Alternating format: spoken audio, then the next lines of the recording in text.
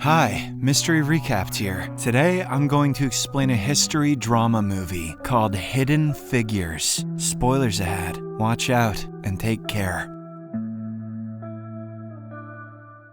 The movie opens in 1926 as a young black girl named Katherine Johnson is waiting outside the office of West Virginia Collegiate Institute. She is a math prodigy and spends her time by visualizing the shapes of various colored glasses on the office's window. Her parents, meanwhile, are inside, talking about Katherine's future with the dean. The school is well aware of the little girl's talent and wants to grant her a full scholarship. On top of that, they want her to skip multiple grades because she is intellectually very advanced. We then get a glimpse of her extraordinary capabilities as she easily solves algebra equations well above her age group. The scene shifts to 1961, a time in history where the United States is at multiple cultural crossroads. Segregation between colored and white citizens is very much alive, while the US is also in a space race with Russia. Meanwhile, in Virginia, an adult Katherine is stuck on the side of the road with her two co-workers that she carpools with, Dorothy Vaughan and Mary Jackson. Their car is broken down and Dorothy is currently working to restart the engine. They get slightly nervous as a police car soon arrives, and a cop rudely asks for their identification. But when they explain that they work at the Langley Research Center for NASA, the cop changes his tune. He is surprised that black women are being hired these days, but points out that the Americans have to beat the Russians in the space race at any cost. He then asks if they are friends with the astronauts, to which Mary answers that they are, but it's clear from the others' expressions that they, being black women, are kept separate from the rest of the staff. Seconds later, Dorothy manages to get the car up and running and the police officer provides them an escort to the NASA Field Center. The three women find this ironic, since a group of black people speeding to follow a police car is not a regular sight in the US. In the meantime, at Langley, the Space Task Group, or STG, a working group of NASA engineers, has a meeting. This group is tasked with managing America's first human spaceflight program. They talk about how to beat Russia, which has just become the first nation to have an artificial satellite in space. They are worried that the Soviets, having unchecked access to space, could allow them to spy on America. The director of STG, Al Harrison, is under a lot of pressure to get their nation into space. He is continuously reminded by government officials that they can't justify the cost of a space program that doesn't put anyone in space. After the tense meeting, Harrison demands his secretary find him a computer that is well versed in analytic geometry. This is the early 60s, where the word computer actually referred to a human performing mathematical calculations, and Riz was just how a cracker would pronounce the name of a cracker when their mouth was full of cracker. Elsewhere, Dorothy gives out assignments to a group of 20 women. All of them work in the West Wing Computing Division, which handles the mathematical calculations required at the Langley Center. Mary, who also works as a computer, actually wants to be an engineer. To her surprise, she is assigned to the space capsule heat shield team under NASA's chief aeronautical engineer. Suddenly, West Wing supervisor Vivian Jackson comes in and tells Dorothy that the STG needs a new computer. The latter immediately suggests Katherine, who is exceptionally good with mathematics. Shortly afterwards, the supervisor escorts Katherine to the STG, and along the way she points out the various rules that must be followed. It is standard for women to wear long skirts and no jewelry, except maybe pearls. Vivian also reveals that the STG has never had a colored person in its ranks. Katherine then enters her new department, which is exclusively made up of white men doing complex mathematical equations. She is immediately mistaken for a janitor, and the men act rudely towards her. Meanwhile, in the engineering department, Mary carries her papers through the closed-off area where a space shuttle is going to be tested. The heel of her shoe suddenly gets caught in an air vent, and she can't pry it loose. The countdown to testing soon begins, so she abandons it and joins the male engineers behind some safety glass. However, the test goes horribly wrong, and the outer layer of the space shuttle explodes. This means that the US spaceship is not strong enough to withstand the heat during launch and landing. Later, the chief aeronautical engineer examines the shuttle and asks Mary for her opinion on what went wrong. She is able to deduce that the heat shield flew off the shingles and explains how it could be corrected. Impressed by her theory, the chief encourages her to leave the computing job for a vacant position in the engineering department. Mary is fully aware of her capabilities, but points out that such posts are usually off limits for colored people. Back at the computing department, Dorothy is tired of handling the duties above her pay grade. She asks Vivian if she can be officially promoted since she has already been doing the work of a supervisor for the past 8 months. But the supervisor flat out refuses, and Dorothy is forced to remain diplomatic about the decision. On the other hand, things are also going tough for Katherine on her first day. She is given a lot of calculations to cross-check by STG head engineer Paul Stafford. He behaves curtly with her and says he needs them checked by the end of the day. On top of this, Stafford has also blacked out a lot of information, as if Katherine couldn't be trusted with it. She is now forced to work with whatever little data that is available to her. As the day goes on, Katherine needs to use the restroom, but she is fully aware that there are no colored people bathrooms in the Langley Center. She is thus forced to leave the building and run half a mile to the West Area Computer Division. She also brings her work with her and continues to proofread it while she pees. However, the subtle reminders of racism don't end there. When Katherine goes to pour herself a cup of coffee from the office's common pot, the other colleagues are unnerved and they think she is supposed to drink from a separate pot. From astronauts to coffee pots, the douchebaggery is everywhere. That weekend, the three friends, Katherine, Dorothy, and Martha, go to a local church where the pastor introduces them as inspirations for the black community. A handsome army colonel, Jim Johnson, who is also attending the prayer service, catches Katherine's eye. Later at the barbecue, he approaches her and the two have a sweet conversation. Jim is a tall, swanky man who seems to respect her struggle as a mathematician, as well as a single mother. The following day at Langley, the NASA employees are gathered out on the launch site. They are there to meet John Glenn, who will be piloting the Friendship 7, which would make him the first American to orbit the Earth. He is discouraged from greeting the black women, who are segregated from the white employees, but he comes over anyway and warmly shakes hands with every employee. That afternoon, Stafford hands Katherine yet another series of files that need to be cross-examined. Just like the last time, he has blacked out several key pieces of data. Katherine realizes that she cannot complete her job with some of the data that is hidden. Hence, she puts the file's pages in the light and manages to see the information required. As everyone else is busy with their own work, Katherine steps forward to the STG's common blackboard. She uses the information from the files given to her and brilliantly solves a problem that had been plaguing the department for quite a while now. Later, when she makes the half-a-mile trip to go to the colored bathroom, Harrison notices the solution on the blackboard. The scene shifts to a few moments later as Katherine is being questioned by Stafford and Harrison. The director seems to be impressed that she managed to work the problem, even with the limited information. Eventually, Harrison assigns her to work on the trajectory of Project Mercury, the first human spaceflight program of the United States. On the other hand, Dorothy learns that NASA is in the process of installing the IBM 7090, a second-generation electronic computer that threatens to replace humans. She is determined to stay ahead of the curve and make herself irreplaceable. So, that weekend, she takes her children to the library and finds a book on Fortran programming language. A white woman spots her and complains she's in the wrong section. Dorothy replies that they didn't have the book she wanted in the colored section, but her reasoning falls on deaf ears, and she is kicked out of the library. However, she reveals to her sons that she had already hidden the book under her coat. Dorothy justifies that she's a taxpayer, and the library is government owned, so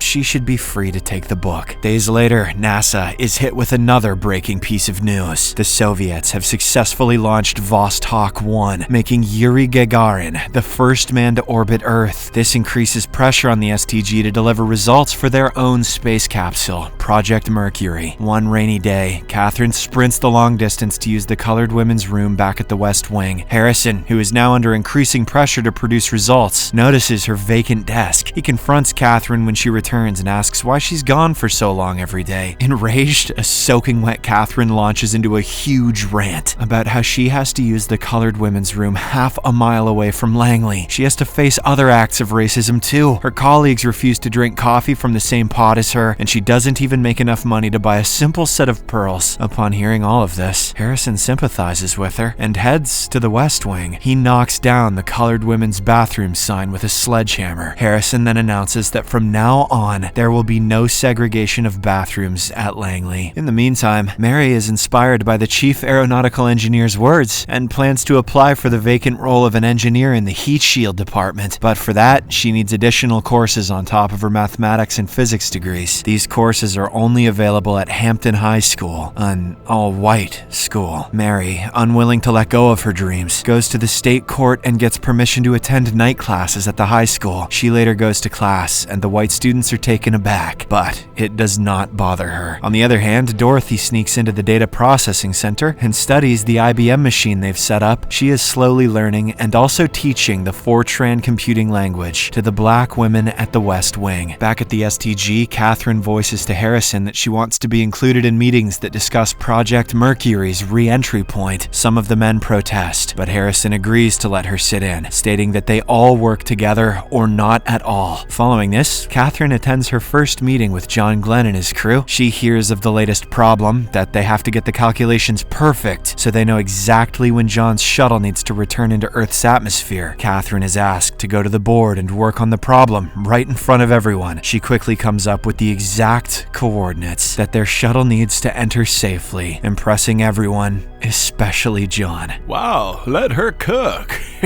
I mean, not because she's a woman. Skivity? Elsewhere, Dorothy, who is now proficient in Fortran, is promoted to the post of Programming Department Supervisor. She arranges for all 20 of the black women she had been working with to come along and join the staff. After the success with the re-entry point, Katherine begins to work on another problem. The whole STG, including Stafford, has now warmed up to her and treats her as an integral part of the team. They collectively work to find out how the Project Mercury space shuttle can be safely landed once it is inside the Earth's atmosphere. The problem is that the shuttle will be traveling in an elliptical pathway in Earth's orbit and abruptly shift to a parabolic pathway during descent to the surface. While everyone else is in deep thought, Katherine suddenly comes up with an equation that calculates how the space shuttle can be brought down safely. That night, she returns home after a long day, only to find Jim Johnson waiting for her. The two have been building a great chemistry for the past few weeks, and Jim decides to make things official. He gathers everyone at the dinner table and proposes to Katherine. The latter gets emotional, but eventually agrees to marry him. Unfortunately, back at work, things start to go down after the recent streak of success. The STG is making final arrangements for Project Mercury's launch, but with the arrival of the IBM 7090, the team does not need a human computer anymore. Harrison regretfully tells Katherine that she's been reassigned to the West Wing. Everyone has come to love her, and they gift her pearls as a send-off gift. They never did pay her enough to afford them, but giving her a single set as she's unjustly fired is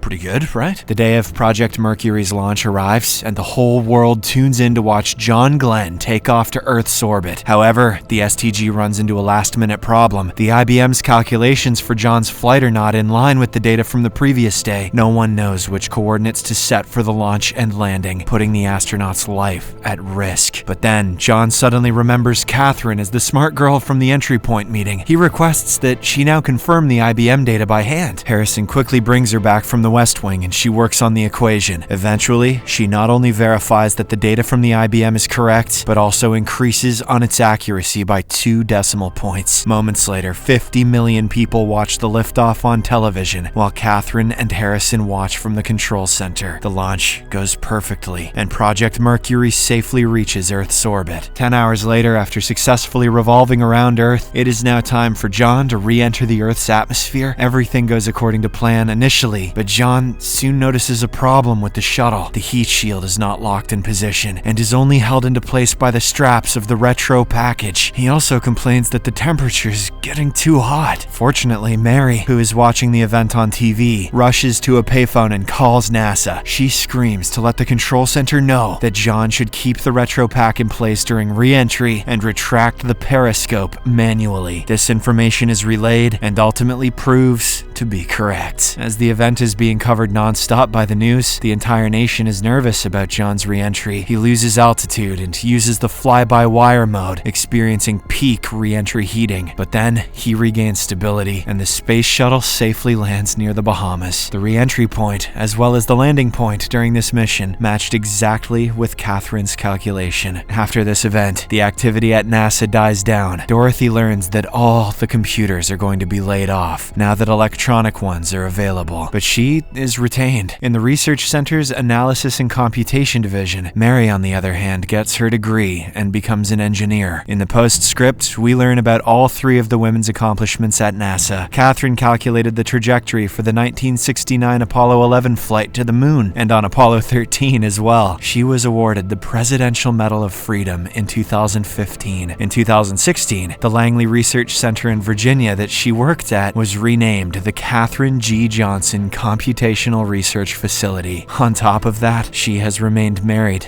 to Jim Johnson to this day. Subscribe for more videos like this, turn on notifications, and leave a like to help the channel out. Thank you for watching.